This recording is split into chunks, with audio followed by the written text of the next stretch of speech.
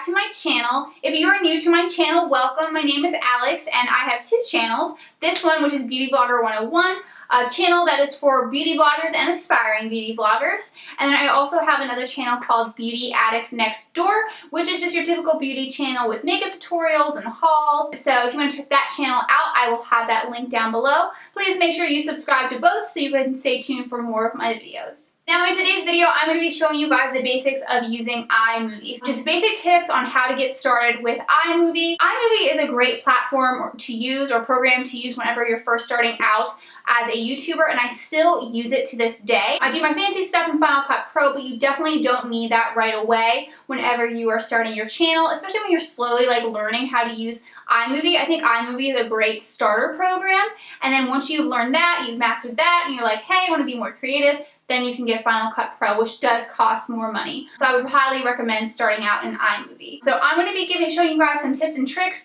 on, just the basic stuff that you need to know about iMovie, what I've used in the past, what I still use now. So if you want to see more on that, then just keep on watching.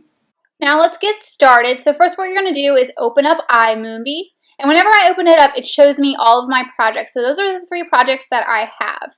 And you can actually select what you see. So right now it's showing all projects. We can do 5 most recent, 20 most recent, modified in the last 6 months, etc. And you can also search for your videos as well if you don't see it coming up right away. And so we are on the projects tabs right now. And then there's the theater tab, but I have no movies in here. You can put your videos in there, but I don't do that because it takes up too much storage. Next, I'm going to show you guys the media tab. So we're just going to click it right here. And this is what you see when you open it up and when you don't have a movie open. So you have the photos library, all events, and iMovie library, which I have a bunch of stuff in here now that I'm looking at it that I need to delete. You want to look here and make sure that you move everything to the trash because you don't want to have all of that sitting in iMovie because that takes up a lot of storage. As a YouTuber, for over a year now, I have had to deal with storage issues, and I still do to this day just because for some reason, things like to save in multiple places, and this is one place that it saves to. And I could do a separate video on that showing you guys where to look to see why your storage is building up. I think that'd be really helpful. So right now, I'm just going to get rid of that and move it all to the trash. Then I'm going to exit out of iMovie and then empty everything in my trash. So it moved to the trash, but now we got to empty the trash so it still doesn't take up storage space. So now that we got that taken care of, we're going to open up iMovie again. So as you can see, there is nothing left, no clips to get rid of. And you want to put everything on all clips, not hide rejected, because if you do hide rejected, sometimes you won't be able to see those clips, and then you're not going to know that they're there that you need to delete. So I just put it on all clips. Now I have these 2 tabs, Beauty Addict Next Door and Beauty Blogger 101. Those were saved from whenever I was using iMovie before it changed and went through an update, but I don't really put anything in there anymore. So that plus button is a create a new movie button, and that button is to import videos. I never use that import button because I pull everything from iPhoto. So that's an exit button, that's a minimize button, and that's an expand button. That button just hides the little library section. And this one I never use. You can change the clip size, zoom, audio, whatever. I never touch that. Now we're going to add a movie, so we're going to hit that plus button right there, and we're going to click movie. There's a trailer option, but I just always click movie. And then you have all these themes, but I always click no theme. I've never used any of these other ones before.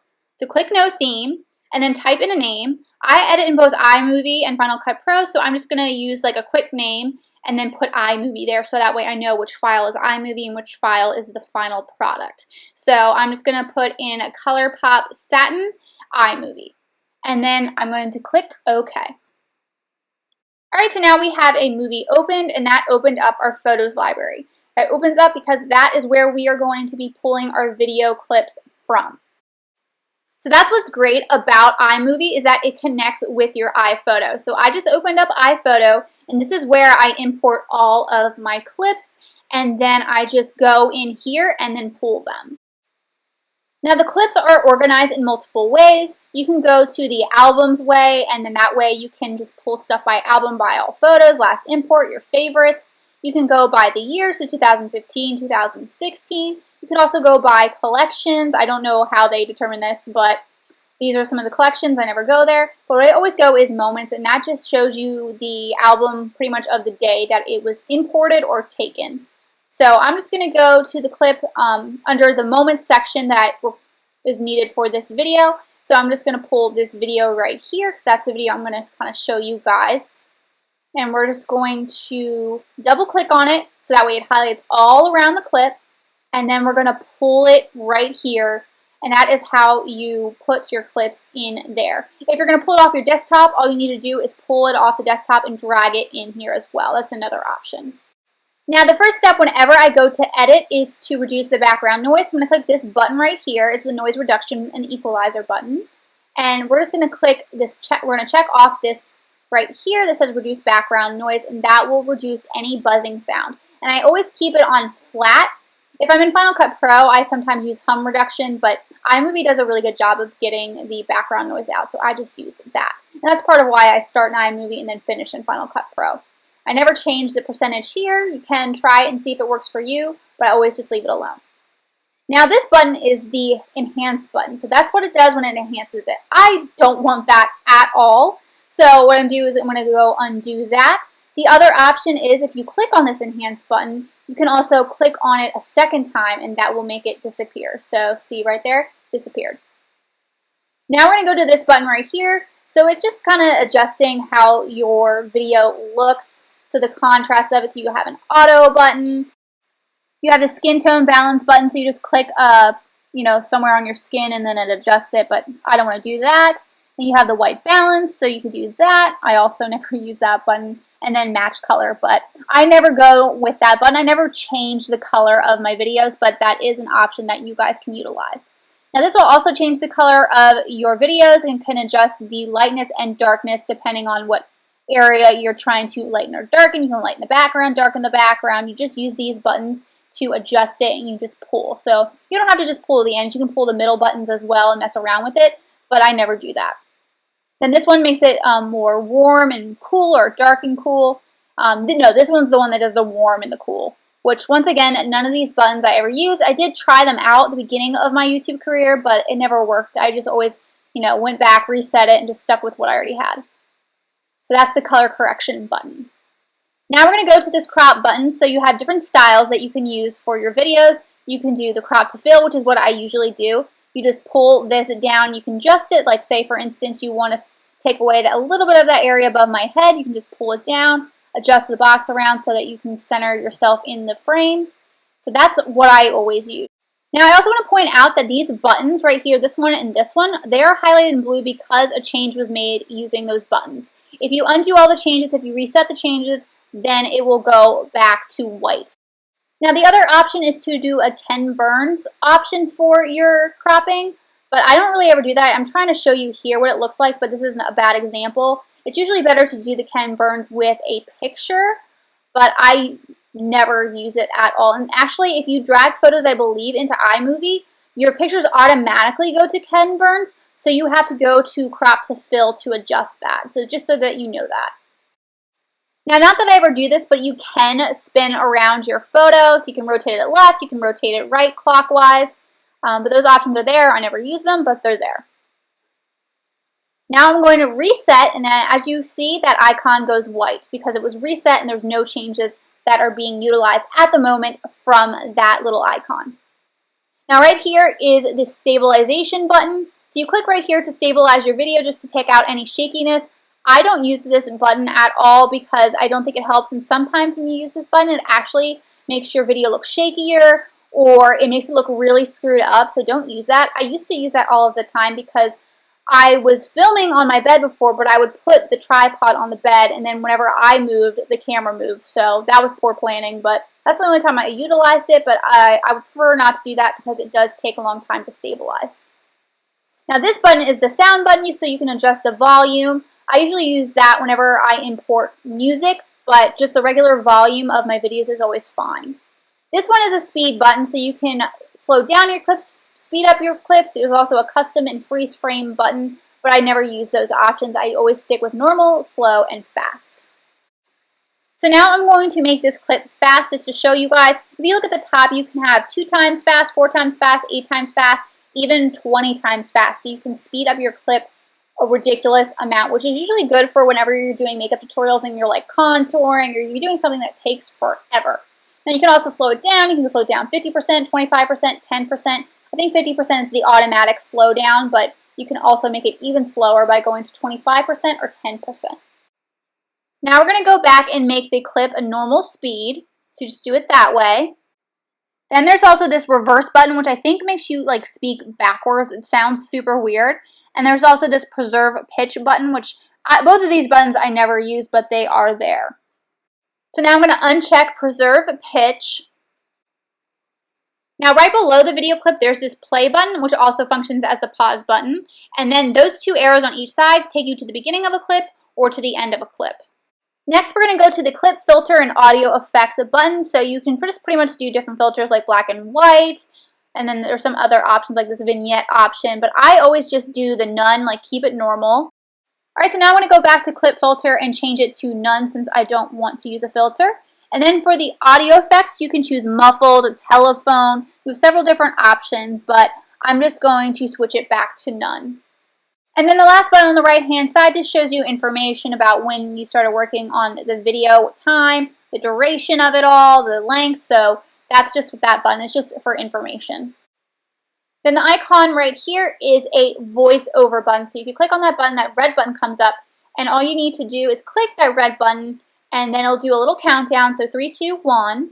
And then what you're going to do is you're going to start talking, and that will be your voiceover. So you can see right below the clip, there is a sound little green thing here that is going as you talk, which is your voiceover.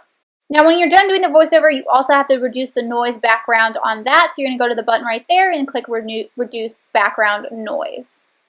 Now I'm just going to delete this clip since we don't need it, and click done. Then if you click these arrows right here, it will expand the video so you can see it full screen. And then you just click those arrows again right here after you pause it, and that will get it back to the normal size screen. So now we're going to go over the tabs that are to the right of my media. So this one is audio. So you can go to sound effects, which will include stuff like alarms, doors opening, jaguar growling, stuff like that, just random stuff. And then the GarageBand is if you have GarageBand, but I don't. And then we have iTunes, which is where you can pull songs from iTunes, whether it be stuff that you've downloaded from a YouTube converter. Now, once you have that music, you can just drag it in right underneath your main clip, because the music, anything that requires sound, goes below the clip. So you have to drag it underneath there. You can't put sound on top of the clip.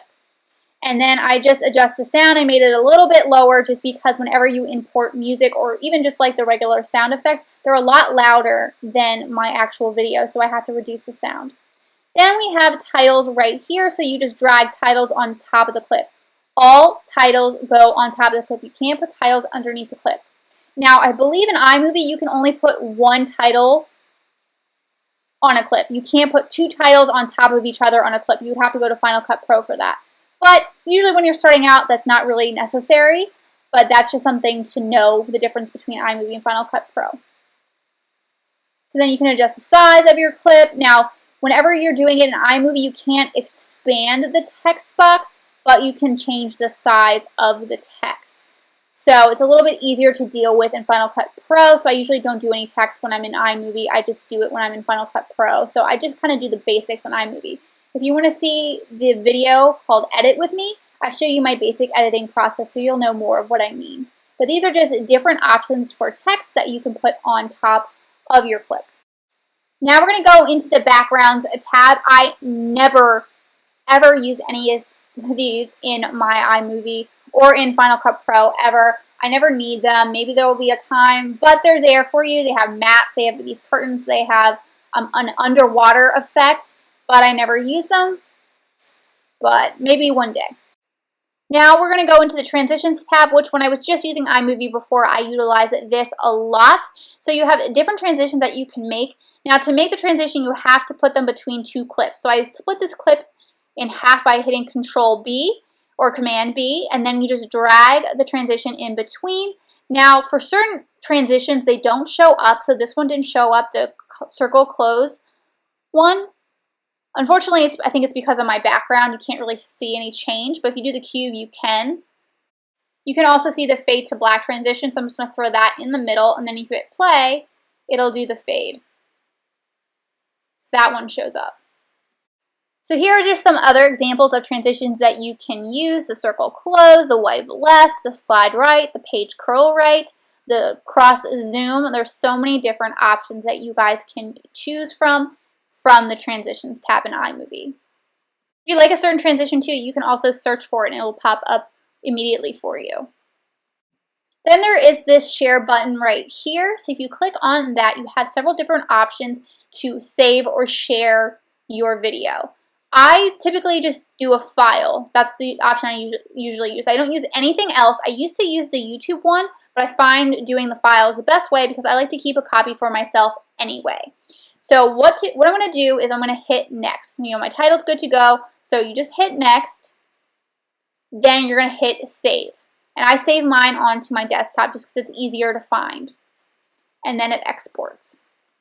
Now I'm actually going to cancel this export like this, just clicking this X, because I want to make the clip smaller so that way I can export it and show you quickly how it exports and what buttons to look at and the notification that pops up. So I'm just going to make it small, and I'm going to go and file and hit next and save again.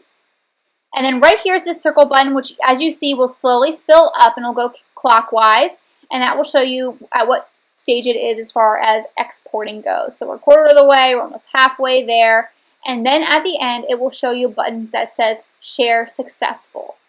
So then you just hit the close button just to get out of that. So now I'm going to exit out of iMovie, hitting that red button, the red X, and then what we're going to do is we're going to pull open the clip that we just exported. So I saved it onto my desktop. So you see right there, I just dragged it over, opened it up, hit play, just check to make sure that it was exported properly, and it was. So then you just can click exit, that exit button on the left, and then you're good to go. So I'm just going to get rid of this because I don't need this, because this was just a test video. Now I'm just going to open up iMovie and just kind of briefly go over what we went over. So we have all the projects there. We went over the My Media tab, Audio tab, Titles tab, Backgrounds tab, Transitions. Then we went over several icons. So the Enhanced icon, the Contrast, the Paint one, the Crop one, Stabilizing, both sound options, speed. There's different effects that you can add to your movie. How you add a movie, where you pull the clips from, an iPhoto. So those are the basics of iMovie. Alright, that's it for this video. Thank you guys so much for watching. I really hope that you found this video helpful. If you guys have any tips and tricks on iMovie or what you like to use in iMovie, let me know down in the comments. That way we can all see your comment and we all learn from it. And then if you haven't subscribed to my channel already, please make sure to hit the subscribe button below. Like this video if you've liked it, and I will see you all in my next video.